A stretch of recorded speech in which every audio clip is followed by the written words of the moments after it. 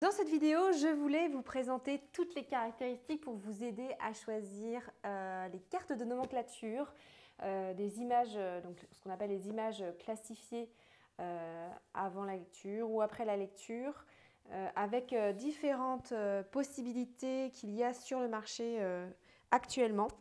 Dans cette vidéo, je vais vous révéler tous les secrets qui vont vous permettre en fait de choisir le bon matériel en conscience de ce qu'il y a comme enjeu dans les apprentissages de l'enfant, qu'est-ce qui est important de choisir, vraiment être intransigeant sur des caractéristiques qui vont aider l'apprentissage de l'enfant. Vous ne voyez pas ma tête, mais l'idée c'est vraiment de faire un focus sur le matériel. Donc il y a une petite évolution, on va dire, sans trop de jugement, on va dire du plus simple au plus précis. Et le plus précis, c'est tout simplement le matériel que l'on va fabriquer pour les écoles Montessori.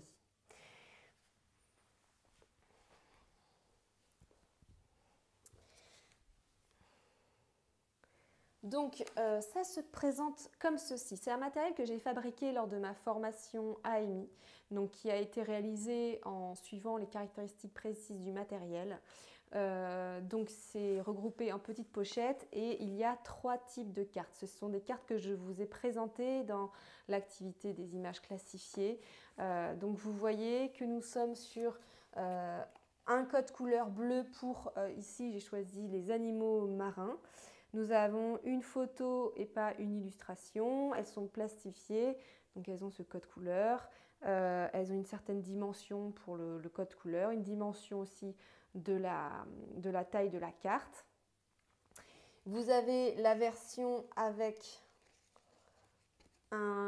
l'image plus son mot écrit, vous le voyez en script, toujours avec ce code couleur qui va correspondre à un ticket mot qui va être ici. Et en fait, ces 3 types de cartes permettent une évolution dans les activités qu'on va proposer à l'enfant.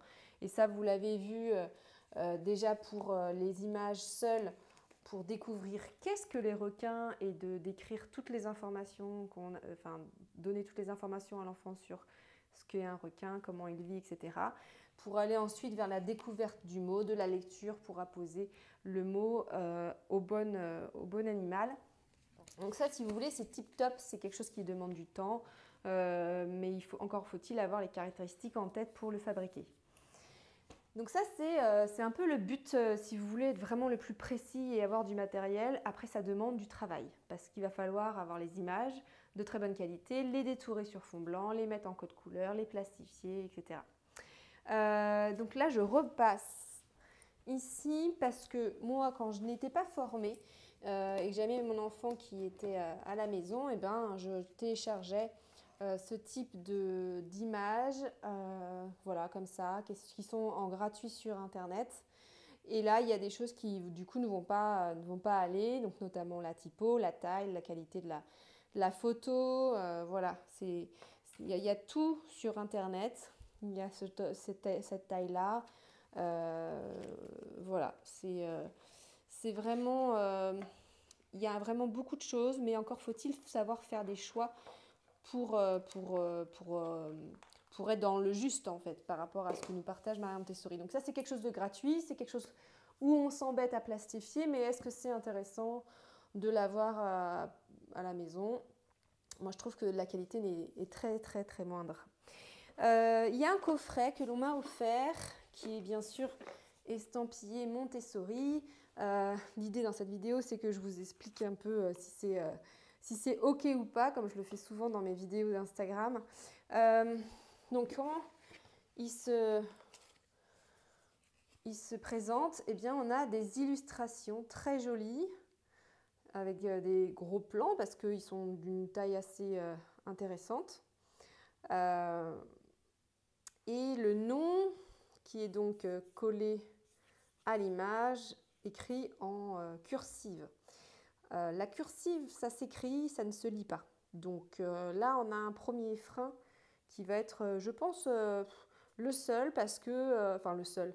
Non, je vais préférer une photo. Donc là, c'est un point qui est un peu plus négatif, même si les illustrations sont assez, assez fidèles et précises. Vous voyez, le cacatoès, il est quand même assez détaillé au niveau des plumes, au niveau... Voilà, mais c'est ça qu'on va chercher, c'est que l'enfant comprenne que le cacatoès, il a des plumes.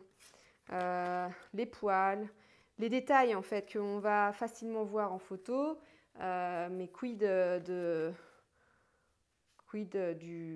l'illustration. Donc la photo sera 10 fois plus précise.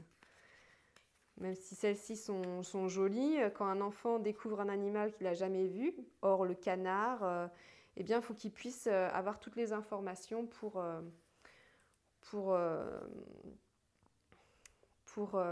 travailler. Et puis, il y a ce frein sur le fait que le mot est en cursive et puis qu'il n'y ait pas cette évolution dans le matériel où l'enfant va pouvoir placer le mot sous l'animal pour associer les deux.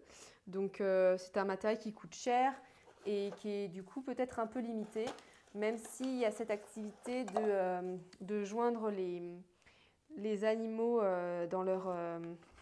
associer l'animal à son continent, en respectant les couleurs Montessori, à savoir le vert pour l'Afrique. Voilà, c'est un très joli matériel parce que vous voyez, il est lié avec du papier. C'est des cartes qui sont très épaisses. Donc ça, c'est un point très important par rapport à la manipulation dans les écoles.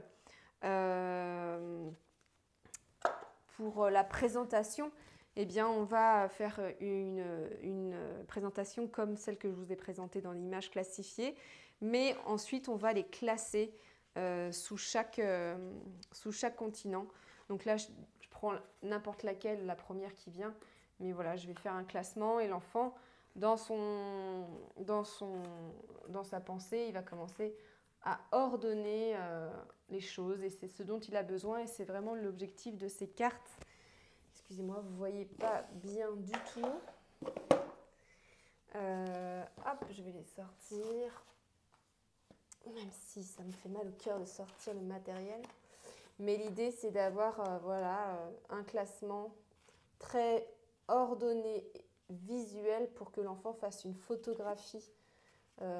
Voilà, donc il y a beaucoup de cartes, donc il y a beaucoup voilà, faut, je pense, les classer déjà en commençant par les animaux que l'enfant peut connaître assez proches, parce que l'enfant, il y va petit à petit, et surtout pour susciter son intérêt, il faut qu'il puisse avoir eu l'occasion de les voir dans des zoos, dans des livres, etc. Donc n'essayez pas d'aller tout de suite vers des animaux...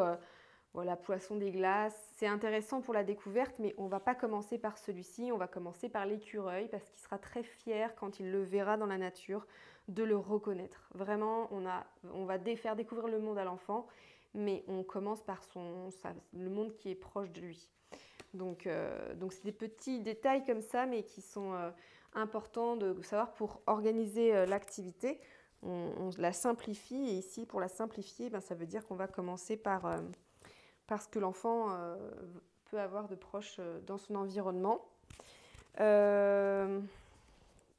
Donc voilà, c'est intéressant du fait, pour résumer, dans ce coffret qui est assez cher, mais qui vaut le coup par rapport à la qualité des cartes, des illustrations, de ce tri qui existe. Voilà, c'est quelque chose qui est intéressant et que l'on peut proposer en école ou à la maison en complément d'autres images. Vient ensuite le coffret Mondi de la marque Observe Montessori, et pour tout vous dire, c'est moi qui l'ai conçu avec cette marque. Et du coup, je trouve que c'est une très bonne alternative parce que pour le coup, tout est pensé pour répondre aux caractéristiques de Maria Montessori dans un coffret évolutif de 2 à 6 ans parce qu'il y a justement ces 3 types de cartes. Voilà, je vais vous le montrer plus en détail, comme ça vous allez vous rendre compte. Mais quand j'ai créé ce coffret, eh bien, j'ai pensé à tout ce que j'ai appris en formation et aussi lors de mon expérience en école. Donc, c'est un coffret de 600 cartes, donc autant vous dire qu'il y a beaucoup de possibilités. Donc j'ai rédigé un livret pédagogique qui va vous permettre déjà en tant que parent de vous plonger dans dans la pédagogie Montessori et plus précisément dans le langage. Qu'est-ce que ça va venir construire? Comment ces cartes de nomenclature vont répondre aux besoins de l'enfant, à sa façon d'apprendre. Et puis, eh bien, je partage beaucoup de principes dans les présentations, donc ce que je vous partage ici en formation, sur la mise en place, la présentation, sur votre posture, tout ça. Et ensuite, on rentre dans les activités. Donc là, il y en a plus de 10 et il y en a 3 qui sont bien présentés ici, détaillés pour que ce soit bien pratique avec des étapes, des photos et surtout quand vous allez sur le site de Observe Montessori, eh bien, il y a 6 vidéos qui présentent les autres possibilités que je vais vous présenter rapidement. Mais pour dire que c'est un coffret qui va du coup qui va se placer quand vous le voyez par rapport aux cartes de la formation Montessori juste à côté. Je peux vous dire simplement la différence avec celles qui sont en école, c'est qu'elles sont un peu plus petites, mais c'est aussi par rapport à l'utilisation qu'on va en faire sur tapis. Donc, pour vous montrer rapidement, eh bien, nous avons 3 types de cartes. Nous avons, je vais commencer par l'image seule. Donc, nous sommes sur une photo précise avec de l'ombre pour bien estimer les volumes. Nous sommes sur des cartes avec un code couleur qui est bien marqué. Il n'est pas aussi gros que celui d'Amy, mais il est suffisant. Et surtout, on a mis à échelle les éléments. Donc là, j'ai de l'ail. Qu'est-ce que j'ai ici?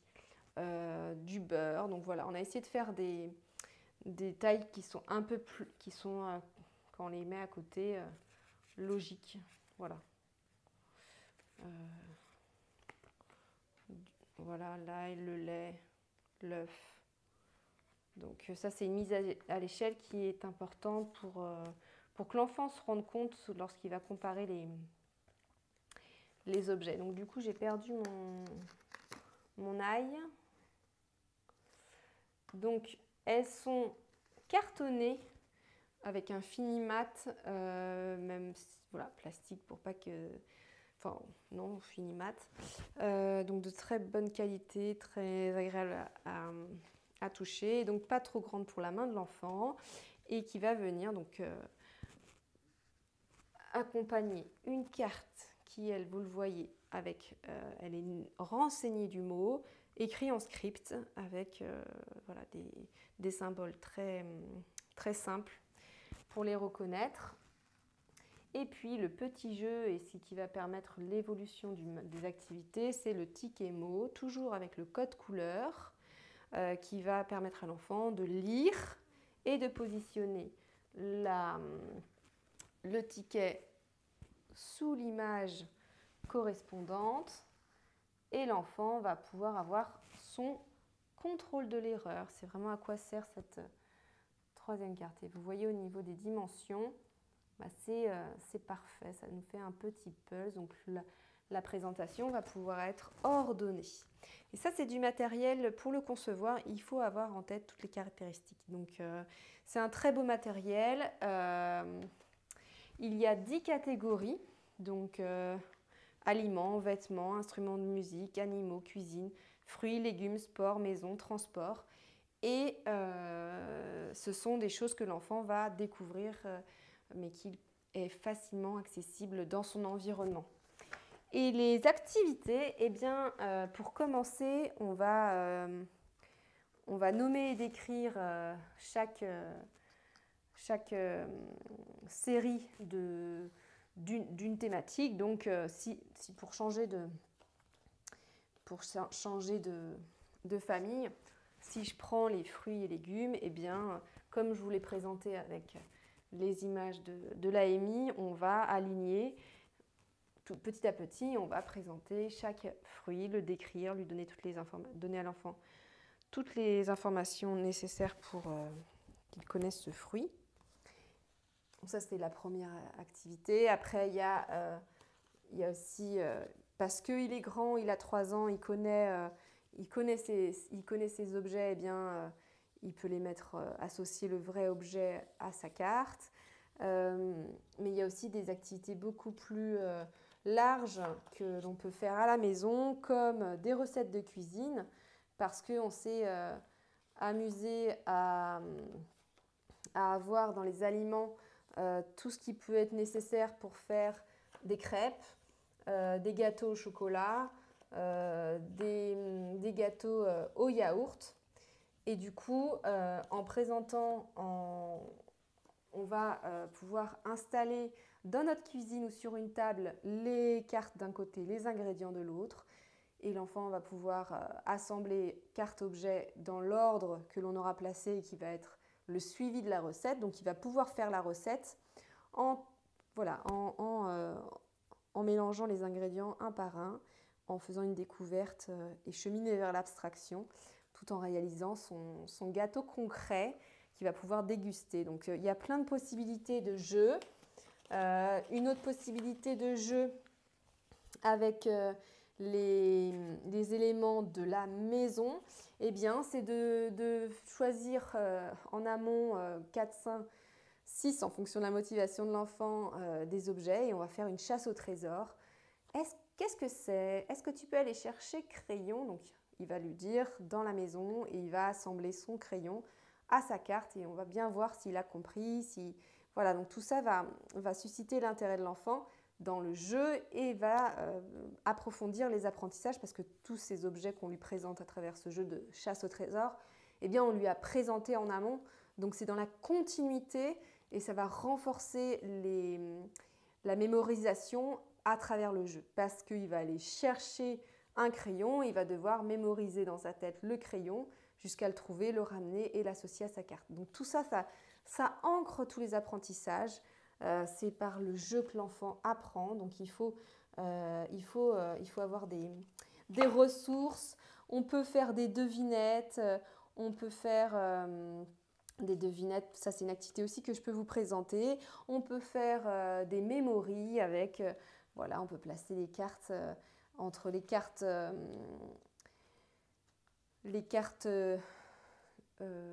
renseignées et les images seules, on les retourne. On va retrouver les paires.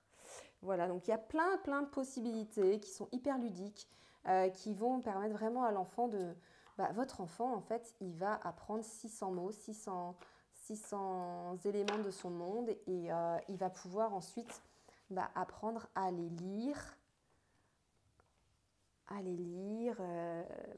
et il sera motivé parce qu'il va pouvoir apprendre à lire chat, chèvre, voilà, toutes les choses qu'il a à cœur. Donc voilà. Moi, je trouve que c'est un matériel extraordinaire parce qu'il rend accessible, le matériel Montessori qu'on a en école. Et ça n'a pas de prix parce que notre enfant soit en école Montessori, qu'il soit en crèche, qu'il soit à l'école classique, c'est des activités qui vont de toute façon compléter ce que vit l'enfant. Et ça va nous amuser. Donc voilà, c'est vraiment le jeu à travers un matériel éducatif, bien pensé, respectueux de la pédagogie Montessori, parce que j'ai tout en tête, toutes les caractéristiques AMI en tête.